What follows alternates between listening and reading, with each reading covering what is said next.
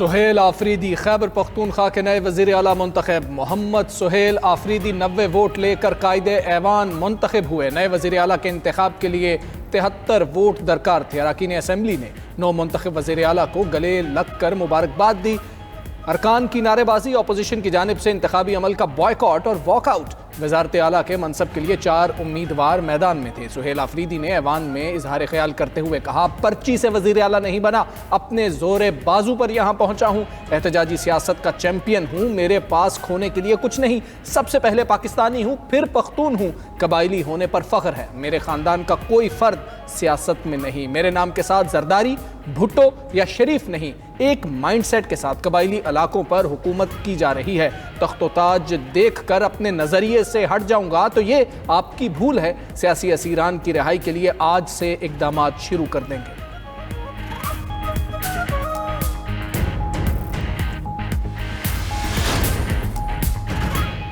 وزیر اعلیٰ خیبر پختونخوا کی حلف برداری کے لیے chief justice Peshawar high court کو خط لکھ دیا گیا۔ اسپیکر خیبر پختونخوا اسمبلی اور اراکین صوبائی اسمبلی نے chief justice Peshawar high court کو خط لکھا۔ خط میں موقف اختیار کیا کہ علی امین گنڈاپور کے استعفے کے بعد سہیل آفریدی نئے وزیر اعلیٰ منتخب ہوئے ہیں۔ گورنر خیبر پختونخوا صوبے میں موجود نہیں ہیں۔ آئین کے آرٹیکل 255 کے تحت حلف کے لیے چیف جسٹس کسی کو بھی نامزد کر سکتے ہیں۔ اسپیکر خیبر پختونخوا اسمبلی یا کسی بھی شخص کو حلف کے لیے نامزد کیا جائے۔ اسپیکر خیبر پختونخوا اسمبلی نے حلف کے لیے گورنر کو بھی سمری بھجوا دی۔ دوسری طرف وزیر اعلیٰ کی حلف برداری کے لیے درخواست پر پشاور ہائی کورٹ میں سماعت، عدالت نے اٹارنی جنرل سے رپورٹ طلب کرتے ہوئے سماعت کل تک ملتوی کر دی۔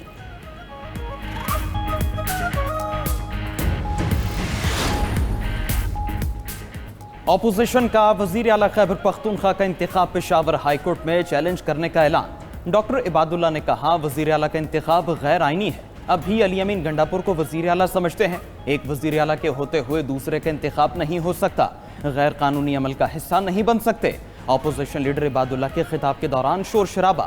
اسپیکر بابر سلیم سواتی نے کہا، اپوزیشن نے واک آؤٹ کیا، ہو سکتا ہے ان کی کوئی مجبوری ہو، چند لوگوں کی خواہش تھی سہیل آفریدی وزیر اعلیٰ نہ بنے، آئین لوگوں کی خواہش پر نہیں چل سکتا، علی امین گنڈاپور کو خراج تحسین پیش کرتا ہوں۔ اسپیکر نے علی امین گنڈاپور کا استعفیٰ درست قرار دے دیا، رولنگ دیتے ہوئے کہا، نئے وزیر اعلیٰ کے انتخاب کا عمل مکمل طور پر قانونی اور آئینی ہے۔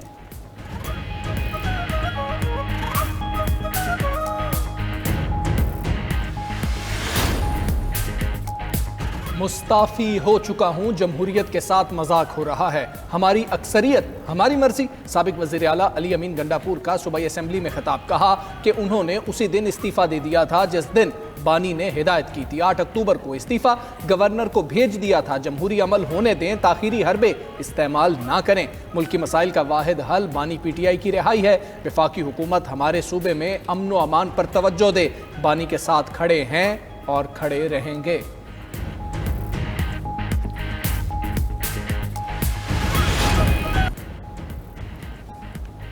مشرق وسطی میں ڈراؤنا خواب آج ختم ہو گیا۔ غزہ امن معاہدے کے لیے عرب اور مسلم ممالک نے اہم کردار ادا کیا، یرغمالی رہا ہو کر واپس آ گئے ہیں۔ غزہ کے لوگوں کی توجہ اب تعمیر نو پر ہونی چاہیے۔ میں نے غزہ سمیت گزشتہ 8 ماہ میں 8 جنگیں ختم کرائیں۔ امریکی صدر ڈونلڈ ٹرمپ کا اسرائیلی پارلیمنٹ میں خطاب، کہا کہ غزہ پلان اسرائیل کے لیے خطرہ بننے والی تنظیم حماس کا مکمل خاتمہ ہے۔ حزب اللہ اسرائیل کے گلے کی ہڈی بنا ہوا تھا، امریکہ کی مدد سے اس کا خاتمہ کیا۔ ٹرمپ کی 63,000 فلسطینیوں کے قاتل نیتنیاہو کی تعریفیں، کرپشن کیس میں نیتنیاہو کے لیے معافی کی اپیل بھی کر دی، کہا کہ اسرائیلی فوج نے مشرق وسطی میں شیطانی قوتوں کا خاتمہ کیا، اسرائیل نے ہم بہت سارے ہتھیار دیے ہیں، نیتنیاہو ایسے ہتھیار بھی مانگتے ہیں جن کا میں نے بھی نہیں سنا۔ ہلری کلنٹن نے کہا تھا، میں جنگیں کرانے والا شخص ہوں، میری شخصیت اس کے الٹ جنگیں ختم کرانے والی ہے۔ ایران 2 ماہ میں ایٹمی طاقت حاصل کرنے والا تھا، امریکہ نے 14 بم گرا کر ایران کی ایٹمی صلاحیت ختم کر دی، ایران کے لیے دوستی اور تعاون کے دروازے کھلے ہیں۔ ٹرمپ نے مزید کہا، ابراہم ایکارڈ میں 4 ممالک شامل ہیں، مزید بھی آئیں گے۔ ابراہم ایکارڈ میں 2 ممالک شامل نہیں جو کافی غریب ہیں۔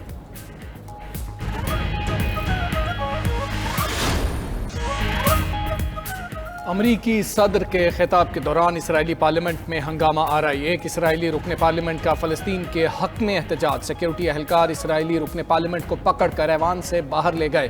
اسرائیلی رکن پارلیمنٹ ایمن اولڈ نے سوشل میڈیا پوسٹ میں لکھا کہ اسرائیلی پارلیمنٹ میں ریاکاری حد سے زیادہ بڑھ چکی ہے۔ میں نے اتنی زیادہ چاپلوسی پہلے کبھی نہیں دیکھی۔ اسرائیلیوں اور فلسطینیوں کے خون کا ذمہ دار نیتن یاہو ہے۔ نیتن یاہو کی تعریفیں کرنا انہیں غزہ میں انسانی جرائم سے بری الذمہ نہیں کرتا۔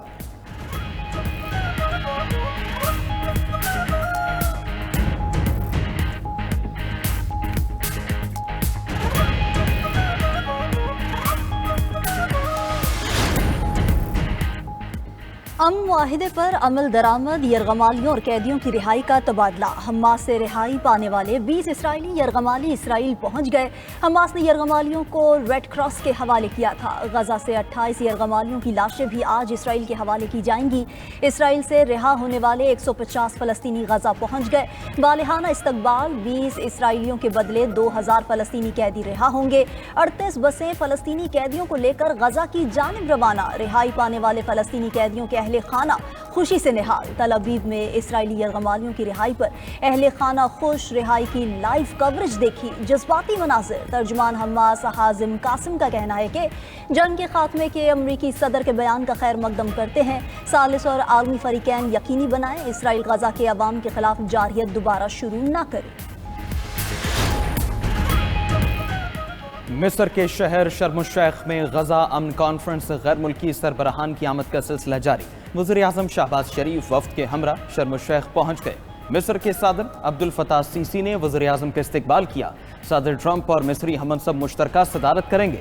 امن منصوبے کے پہلے مرحلے کے معاہدے پر دستخط کیے جائیں گے۔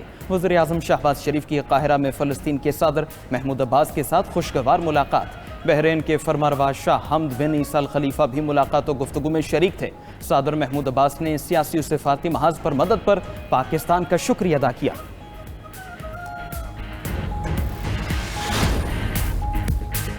جی ٹی روڈ پر ٹریفک بحال ہو گئی۔ صوبائی دارالحکومت لاہور کے راستے متعدد مقامات پر بند۔ موٹر ویز، اورنج ٹرین، میٹرو بس معطل۔ تعلیمی اداروں میں بھی چھٹی کا اعلان۔ پنجاب یونیورسٹی میں آج ہونے والے امتحانات ملتوی۔ لاہور سے اسلام آباد موٹر وے دوبارہ بند۔ ٹھوکر نیاز بیگ، بابو صابو انٹرچینج پر ٹریفک معطل۔ ملتان روڈ، اسکیم موڑ سے یتیم خانہ چوک تک بند۔ کرول گھاٹی، داروغہ والا، چنگی، امر سدھو اور للیانی میں راستوں کی بندش۔ مرید کے شیخو پورہ، فیض پور، کوٹ عبد المالک میں بھی راستے بند۔ جڑواں شہروں میں حالات معمول پر آنے لگے، راستے کھل گئے، ٹریفک بحال۔ کنٹینر ہٹانے کا کام جاری۔ لاہور سے نارووال اور سیالکوٹ جانے والی ٹرینیں منسوخ۔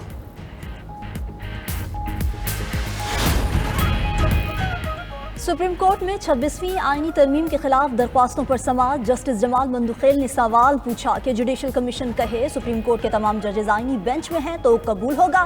وکیل عابد زبیری نے جواب دیا کہ جی بالکل، ہمیں قبول ہوگا۔ جسٹس جمال مندوخیل نے سوال کیا کہ کیا 26ویں آئینی ترمیم کے تحت آئے ججز فل کورٹ کا حصہ ہونے چاہیے؟ وکیل نے کہا کہ فل کورٹ کا معاملہ پہلے چیف جسٹس کو جائے گا۔ اگر چیف جسٹس دیکھنے سے معذرت کریں گے تو سینئر پیونی جج کو بھیجا جائے گا۔ جسٹس محمد علی نے ریمارکس دیے، چیف جسٹس کو کیسے بھیجا جائے گا؟ چیف جسٹس روسٹر کے سربراہ نہیں۔ جسٹس امین الدین خان نے ریمارکس دیے، کیوں چاہتے ہیں کہ فل کوڈ بنایا جائے؟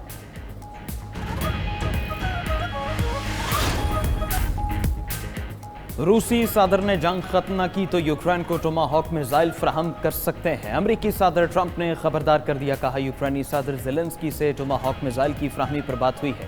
امریکہ یوکرین کو میزائل براہ راست نہیں، نیٹو کے ذریعے دے گا۔ روسی صدارتی ترجمان نے کہا کہ امریکی اقدام کو نئی جارحیت سمجھا جائے گا۔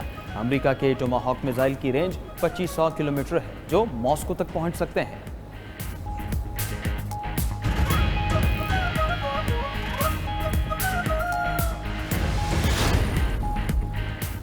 فرانسیسی صدر نے وزیر اعظم کی سربراہی میں نئی کابینہ تشکیل دے دی۔ نئی کابینہ میں صدر ایمانوئل میکرون کے حامی اور کچھ غیر سیاسی شخصیات شامل۔ ژان نوئل وزیر خارجہ برقرار، وزیر دفاع کیتھرین کو یوکرین کی حمایت اور یورپی سلامتی کے امور دیکھنے کی ذمہ داری بھی مل گئی۔ لورا نیونیز کو وزیر داخلہ اور رولانڈ لیسکیور کو وزیر خزانہ بنا دیا گیا۔ دائیں بازو کے ریپبلکن پارٹی نے اپنے 6 اراکین کو حکومت میں شامل ہونے پر نکال دیا۔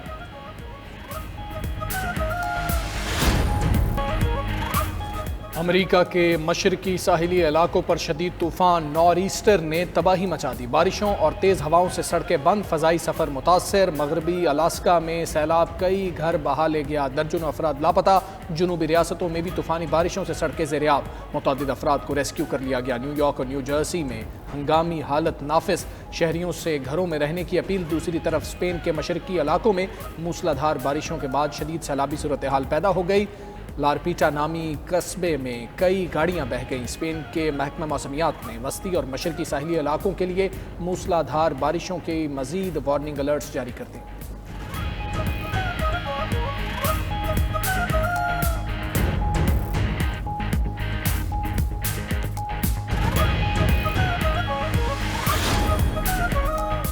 سلوواکیہ کے مشرقی علاقے میں 2 ٹرینز کے تصادم کے نتیجے میں 20 افراد زخمی ہو گئے۔ حکام کے مطابق حادثے کے بعد قریبی اسپتالوں میں ہنگامی حالت نافذ کر دی گئی۔ ریسکیو ٹیمز نے فوری طور پر جائے حادثہ پر ہیلی کاپٹر اور ایمبولینسز روانہ کر دی۔